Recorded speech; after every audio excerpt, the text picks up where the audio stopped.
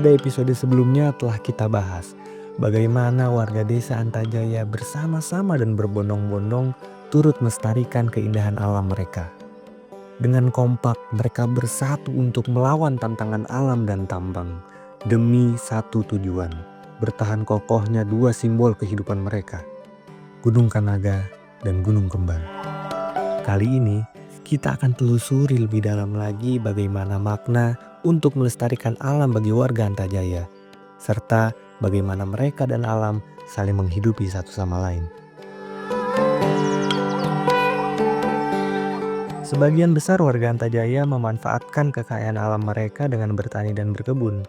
Tapi ini bukan sekedar mata pencaharian, melainkan juga warisan turun-temurun dalam menjaga harmoni antara warga dan alam Antajaya.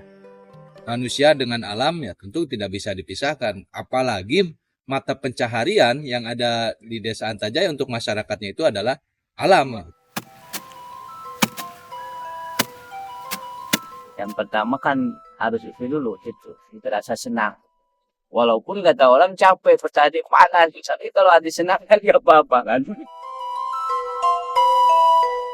Sejak dahulu, bertani telah menjadi bagian yang tak bisa dipisahkan dari warga Antajaya. Lebih dari sekedar pekerjaan, aktivitas ini telah menjadi cara hidup yang diwariskan secara turun-temurun. Dari tanah yang subur dan alam yang ramah, mereka menggantungkan harapan dan penghidupan, menjaga warisan luhur yang tetap hidup hingga saat ini. Nyawa atas lami? Lami nyawa mah terus-terusan. Terus-terusan ya? Terus seberapa tahun tah?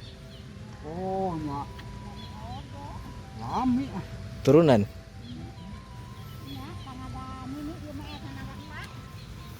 Oh, turun ke ibunya? Warisan lah dari orang tua, petani. Ya, orang tua kita emang orang petani. Dan juga saya juga dididik sama bapak petani gitu. Dulu mah kan sebelum ada mesin ini kolektor ngebajak pakai sapi. Oh iya. Iya saya ngalamin waktu 97 berapa ke situ. Ngalamin. Melalui pertanian, perkebunan, peternakan, dan berbagai cara tanpa merusak alamnya, masyarakat Antajaya telah hidup di tanah mereka yang indah ini. Hirup Raharja di Tatar Antajaya. Inilah cerminan kehidupan yang harmonis antara manusia dan alam. Mereka menjaga dan memberi manfaat bagi alam, dan alam pun membalasnya dengan ketulusan, menjaga, memberi, dan tentunya terus menjadi sumber penghidupan bagi warga Antajaya. Aya terus bari sautik-sautik ya. Ngalirna gitu aya di sabahana. Kapan ngebon Oh, ngebonong ko. ngebon kacang hejo.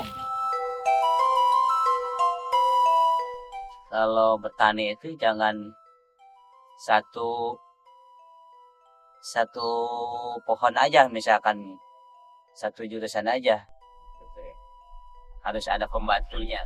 Seperti sayur-sayur yang tadi saya bicarakan, harus ada hortikultur atau semacam sayuran, kacang-kacangan itu untuk membantu kita kebutuhan sehari-hari itu di situ. Ya, sayuran itu ada itu juga ada sekali kan ya cukup lah buat kalau pop semua kita keluarga. Bagian sayuran nggak usah beli kan ada tinggal ya buat makannya kan berarti kita ya emang tadi nanam. Alhamdulillah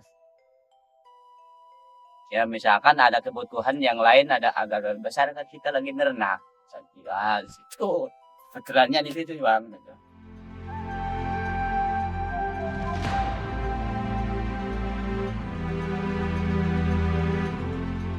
Jika alam Antajaya dimanfaatkan tanpa bijak, dirusak, dikeruk, hingga habis demi keuntungan sesaat, maka hasilnya mungkin tampak besar di awal. Tapi yang besar itu belum tentu berumur panjang. Boleh jadi yang banyak itu tak akan mampu terus berputar, apalagi bertahan lama untuk diwariskan kepada generasi yang akan datang. Selain kita dijadikan sebagai ladang mata pencaharian, tentu kita juga perlu menjaga apa yang ada di alam kita. Intinya bagaimana kita memanfaatkan potensi alam dan tentu kita juga menjaga dengan tidak merusaknya. Ya. Kalau menurut saya alam itu harus dijaga, harus ditanaman pohon-pohon yang saya kirakan manfaat buat kita. Hijauan lah istilahnya. Di rumah kan ada zaman Pak Harto, saya 1000 pohon, ada 1 juta pohon zaman Pak SBY. Itu ada dulu mah untuk ditanam di hutan lindung. Khususnya di kawasan hutanan lah, itu butuh sekali itu penghijauan dulu. Supaya air itu normal, subur. Ya kalau dulu zaman Pak Harto mah hutan nggak dijaga itu aman. Kalau sekarang dijaga nggak aman. Mungkin hutan lindungnya mungkin udah rusak. Pohon-pohon yang ratusan tahun itu nggak ada. Kan Ya, dia sumber yang airnya. bisa melindungi kita. Ya kalau dirusak ya kayak begini tadi susah lah. Malah kalau dibongkar tuh gunung, bisa yakin desa kabeh, tak berugan. Enak. Kebanjiran Pak, bisa longsor lah. Yang namanya banjir bandang lah, bisa itu bisa terjadi gitu. Karena gunung dibongkar. Ini di bawah ini kampung di bawah, gunung di atas. Ini bisa ketimpa kita. Yang minimal kalau orang tua kita dulu bilang dengan kalau pakai bahasa kita itu tong nuar lamun can melak. Artinya jangan dulu menebang kalau belum menanam. Artinya yuk kita sama-sama kita mulai dari pribadi kita masing-masing ya, kita mulai menanam, kita jaga ya untuk ke depan bagaimana kita bisa mewariskan kepada anak cucu kita. Inilah alam kita. Jadi alam hari ini bukan sekedar untuk dinikmati oleh kita, tapi harus dinikmati oleh generasi penerus kita.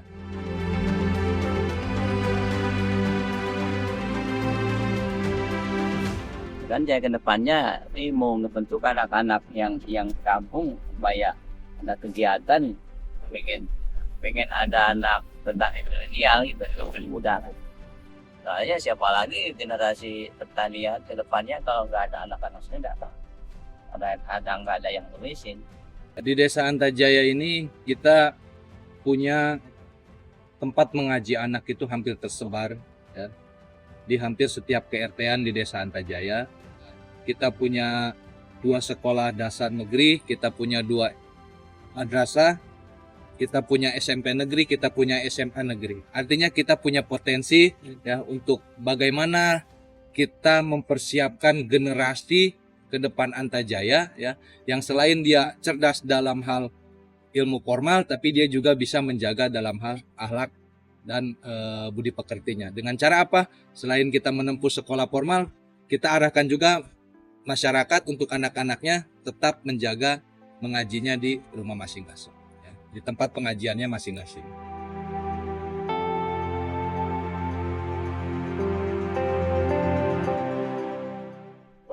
Selama kita masih mampu, tali itu jangan sampai ditinggal. Karena untuk kebutuhan kita. Walaupun kata Rasul, besok kamu mau kiamat, kamu punya biji-bijian tanam. Saking apa itu? Saking pentingnya. Itu kata Rasul itu. Gitu. Karena saya di situ. Nah, di situ. Makanya saya di sini mak ada apa yang memberikan manfaat saya tanam gitu. Habis Rasul. Gitu. Walaupun besok mau kiamat kamu punya biji-bijian tanam. Itu. Siapa aja nanti yang memanfaatkannya makan, contohnya pohon kelapa kan. Itu tanaman kakek-kakek kita dulu, tapi yang memanfaatkannya anak cucunya sekarang. Seperti itu kan manfaat. Itu seperti itu.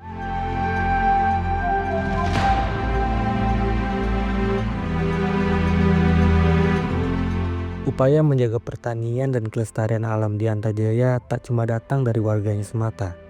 Pemerintah desa pun ikut turut andil, memberikan dukungan dan pendampingan kepada warganya dalam bidang pertanian serta perkebunan. Semua ini dilakukan demi terjaganya keseimbangan alam dan tentu saja demi tercapainya kesejahteraan bersama.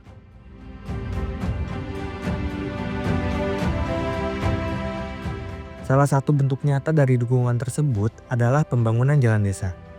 Jalan ini bukan hanya menjadi akses menuju pemukiman, tetapi juga menghubungkan desa hingga ke lahan-lahan perkebunan. Mungkin bagi sebagian orang akan muncul pertanyaan, untuk apa membangun jalan di tengah kebun, di tempat yang tak ada rumah atau penduduk? Sedikit demi sedikit kita coba untuk memfasilitasi, kita coba untuk mencukupi minimal infrastruktur kita siap. Di 2022 kita sudah coba bangun infrastruktur jalan yang sudah kita beton, diantaranya itu untuk memfasilitasi nanti hasil daripada pertanian. Sehingga untuk hasil pertanian, hasil perkebunan yang ada di sini ya, itu kita sudah siapkan infrastruktur jalannya. Minimal untuk biaya itu sudah bisa kita sedikit pangkas karena alur jalannya sudah lebih baik. Pertama, tantangan dari kita sendiri, yang kedua tantangan dari eksternal. Kalau tantangan dari kita ya, karena ini alam kita ini melimpah ya, apalagi kalau misalkan kita lihat sama-sama gunung di belakang kita ini kan bahan bakunya itu batu andesitnya luar biasa. Artinya terkesan menggiurkan, menggoda. Jangankan oleh pihak luar, pihak dari kita aja ya, jangan sampai kita yang bagian daripada merusak.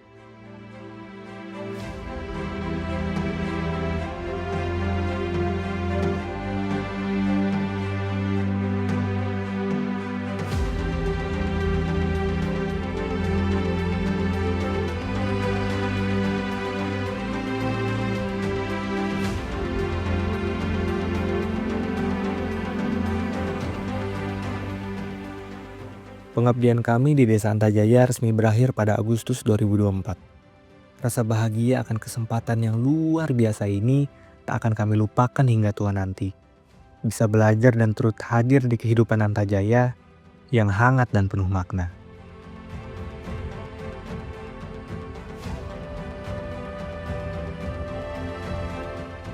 Saya rasa orang di luar sana yang mungkin belum mengetahui dan belum pernah berkunjung ke Desa Antajaya perlu datang menikmati dan mengetahui keindahan-keindahan alam yang ada di Desa Antajaya ini. Dari sumber daya alamnya, dari potensi-potensi yang ada, masyarakat-masyarakat yang harmonis dan guyup, pemerintah desa yang sangat welcome. Mungkin teman-teman di luar sana perlu mengetahui itu.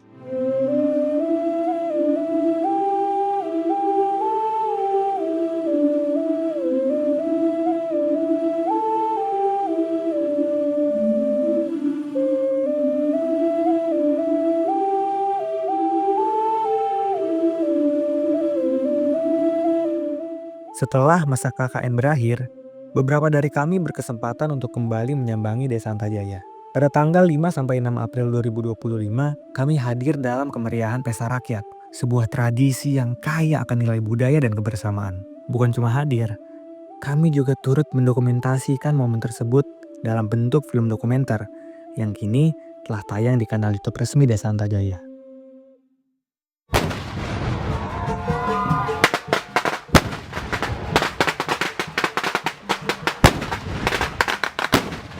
Ini bukan cerita zaman penjajahan, bukan pula kisah perang antar bangsa.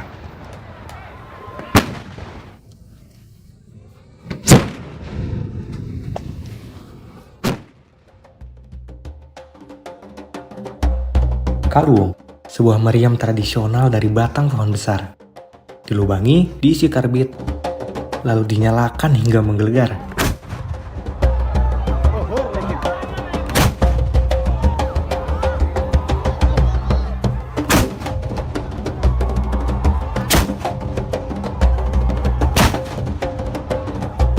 Suara ledakannya tak hanya terdengar, tapi juga terasa bergetar sampai ke dada. Berkat kerja keras warganya, Desa Antajaya berhasil menghadirkan 21 kuluwung dengan lingkar badan 2 meter dan panjangnya mencapai 7 meter. Dan satu yang paling istimewa, Nyeronggeng, kuluwung terbesar yang memiliki lingkar badan lebih dari 3 meter dan panjangnya mencapai 7,5 meter. Bukan hanya besar, tapi juga jadi lambang kekuatan dan kebanggaan para warga Antajaya.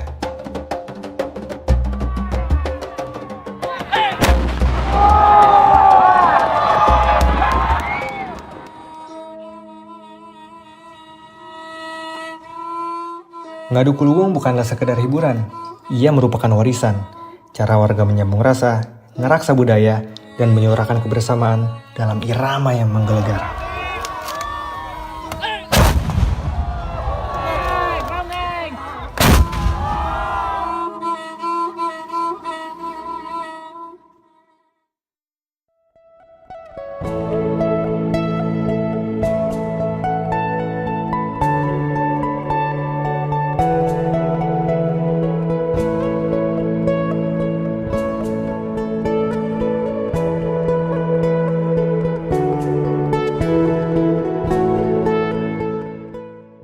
Rindu masih belum terbayarkan. Kami kembali ke Antajaya pada tanggal 28 Juni kemarin. Kami kembali untuk melengkapi apa-apa yang diperlukan dalam film ini. Dalam kurun waktu kurang dari 1 tahun sejak penutupan KKN, kami menyadari bahwa ada beberapa perubahan yang terjadi di Desa Antajaya. Perubahan yang tentu diharapkan membawa kemajuan bagi desa ini. Namun, ada satu hal yang tetap sama dan tak akan tergantikan. 2 gunung yang dulu terancam hilang, hingga kini masih berdiri dengan gagahnya. Sama seperti pertama kali kami memijakan kaki di desa ini.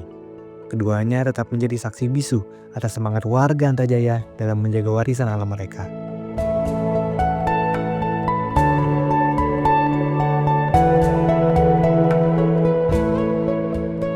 Kalau ditanya hari ini terkait masalah keadaan gunungnya itu ya alhamdulillah masih sama ya, masyarakat masih tetap jadi petani yang memanfaatkan potensi yang ada di gunungnya ya.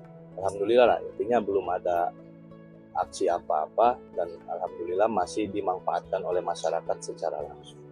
Dan kalau ditanya juga terkait masalah bagaimana reaksi masyarakat, ya saya pikir responnya masih akan tetap sama ya. Begitupun dengan keinginan-keinginan para pengembang di luar yang masih berkeinginan untuk bagaimana caranya bisa masuk ke Desa Antajaya. Tapi saya pikir masyarakat responnya akan tetap sama sampai dengan hari ini. Jadi saya pikir nggak ada alibi lagi bahwa desa harus tetap bersama-sama dengan masyarakat, dan tentu di sini menjadi tantangan juga bagaimana caranya ketika misalkan masyarakat tambang ini tidak boleh masuk ke Desa Antajaya, bagaimana kita mengembangkan potensi lain, misalkan kita gali dalam perihal potensi wisatanya. Sesampainya kami kembali ke Antajaya, kami langsung diajak menuju peternakan burung puyuh yang baru saja dijalankan oleh BUMDes Antajaya. Pertama, kita memang ingin fokus membuat salah satu landmark untuk desa.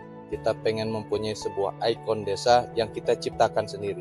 Sebenarnya kalau bicara ikon desa, kita punya ikon desa itu dari potensi alamnya. Tapi kita pengen juga membuat sebuah inovasi tersendiri, yaitu dalam bidang peternakan. Ya.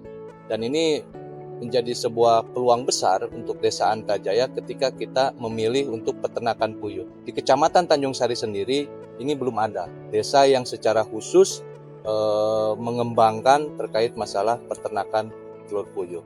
Dan juga untuk pasar, ya, kita sendiri pun di desa membutuhkan untuk salah satunya adalah penanganan stunting, di mana protein yang terkandung dalam telur puyuh ini salah satu telur yang tinggi sekali ya terkait masalah proteinnya, sehingga ini menjadi sebuah peluang besar ya, di mana salah satu peternakan yang ada di Indonesia yang belum dikonglomerasi ya diantaranya puyuh, sehingga kita ingin benar-benar berupaya bagaimana peternakan puyuh ini menjadi sebuah ikon untuk Desa Antajaya.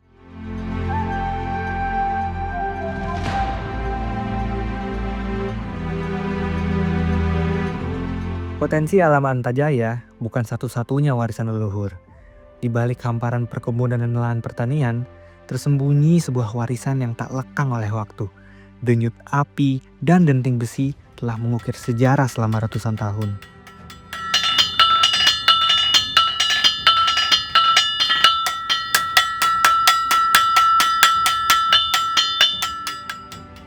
Sebelum Puk Gandring lah, kiraan lah. Ada di film-film Puk Gandring kata itu. Kadang-kadang atau enggak gimana, apa ini sambungannya atau tidak? kayak yang di buku-buku sejarah itu ya. Iya, kalau masalah tahun nggak tahu. Soalnya dari dulu gitu. Saya kan belum ada ya. Kadang-kadang itu papanya belum ada ya. Jadi kan dari dulu. Ya itu yang termurun lah gitu.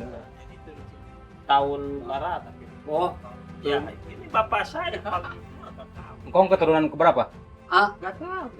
Kayaknya Dari aki dia begitu kita akan bapak tapi kau orang keterangan. Saat ini, di tangan seorang bapak dan kedua putranya, tradisi pandai besi ini terus hidup. Mereka bukan hanya meneruskan keahlian, tetapi juga menjaga metode-metode otentik yang menjadi ciri khas mereka. Amanat dari orang tua dulu saya. Jangan sampai kerjaan di sini kita bikin sembarangan. Kita harus bagus. Itu kualitas jangan salah loh. Umpamanya dari bedanya apa? Bedanya gampang patah kalau nggak diselipin. Itu yang rugi siapa? Yang pembeli kan? Beli dia patah, nggak bisa dikembaliin. Rugi siapa? Yang pembeli. Ya kalau kita bikin mah umpamanya kayak begitu mah, ya juga bisa per hari 10 hari 10 biji lah bisa. Kalau nggak cepet. Iya bisa. Sama tetap yang saya pakai baja selau, baja selip ya. Yang kayak tadi. Soalnya udah kualitasnya udah ketahuan gitu. Jadi kualitas dari golok ini per bijinya hampir 5 tahunan. Makanya saya bikin begini kan per hari paling 5 biji atau 4 biji. Paling banyak ayo berapa? Paling banyak mana minta duit tuh. Kalau 5 juga kalau ada bahannya. Kalau nggak ada bahan kita tengok-tengok cari pinjam pisan ke sana sih buat beli bahan.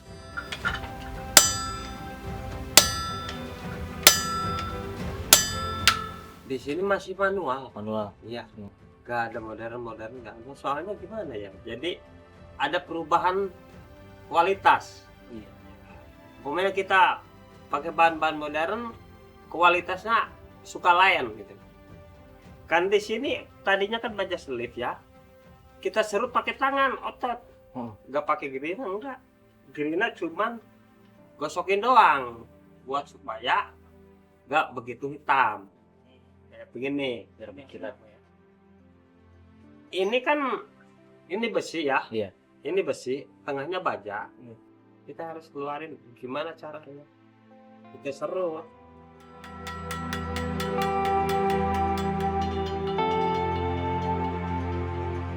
Paling jauh itu Sumatera, Riau yang paling banyak.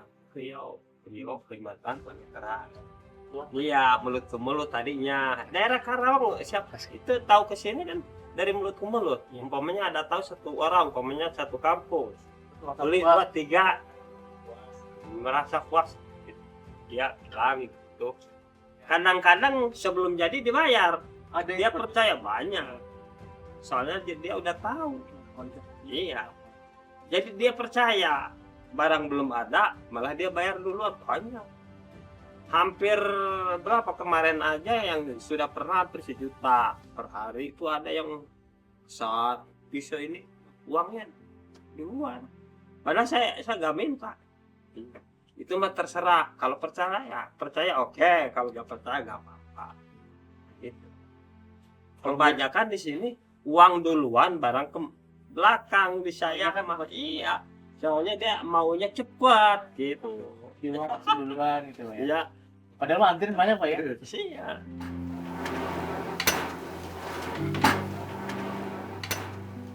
Dari dulu nggak ada orang-orang nggak ada yang kecewa buatan sini. Mau sembelih, mau gimana tetap kualitas sama. Iya. Kayak bahan gitu Pak. Sama. Contohnya hampir sekitar 50-an biji di Istiqlal banyak. Bisa baca Istiqlal 100 lah, 100 biji ada buatan di sini. Nanya-nanya di mana itu pandai. Itu kalau di pasar kan barangnya ya gitulah. Bukan menjelek-jelekan orang. Bukan saya yang bilang. Dia yang bilang. Di pasar kurang puas gitulah.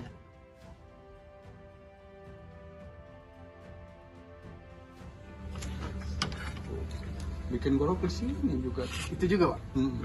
Itu udah berapa tahun? Tadinya gede. Gede tadinya. Ini. Ini sekitar Berarti 6 penggunaannya tahunan harian lah. itu Pak? Penggunaannya harian buat di sawah atau Buat di kebun, di Buat di kebun. apa? Buat di kebun, Natas-natasin. natas ini, ari-ari gitu yang di konsengon. Iya, kayak mah kayak di kitchen tadi diganti kok retak kita dua kali gelas. Nah, Ini buatan saya. Tadinya gede ini. gede kayak gini nih. Saking udah lamanya. Iya, ya. Katanya kalau misalkan ya kayak golok ini Pak ya. Ya. Apa namanya? Kalau misalkan sering dipakai tambah bagus ya Pak. Kalau diasah, nggak Bagus. diasah. Tuh. Bagus, enak kita pakai enak.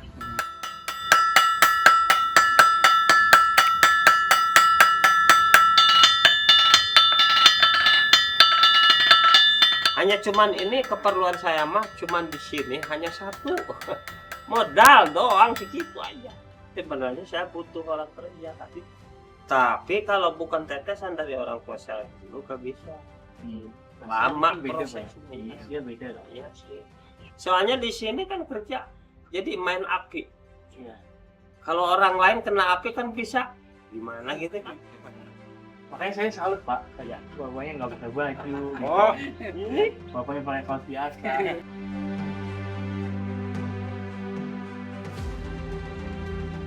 Suasana tiba-tiba berubah.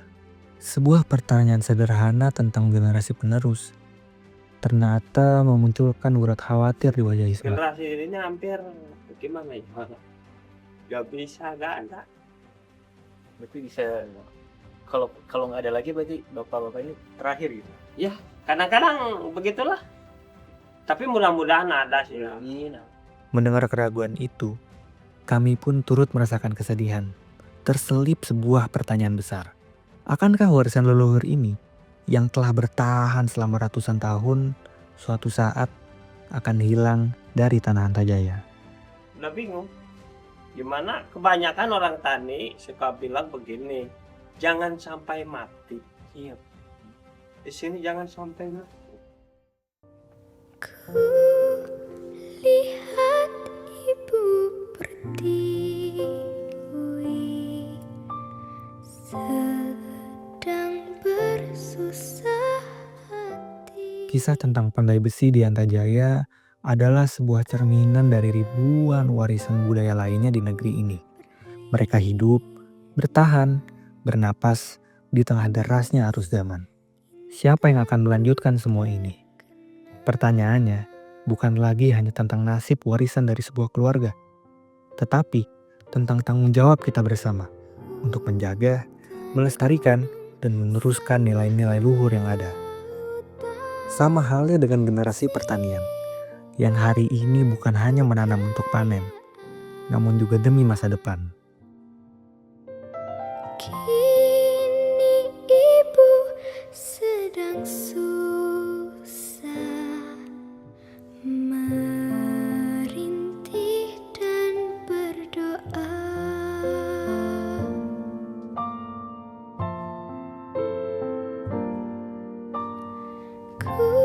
Kulihat ibu pertiwi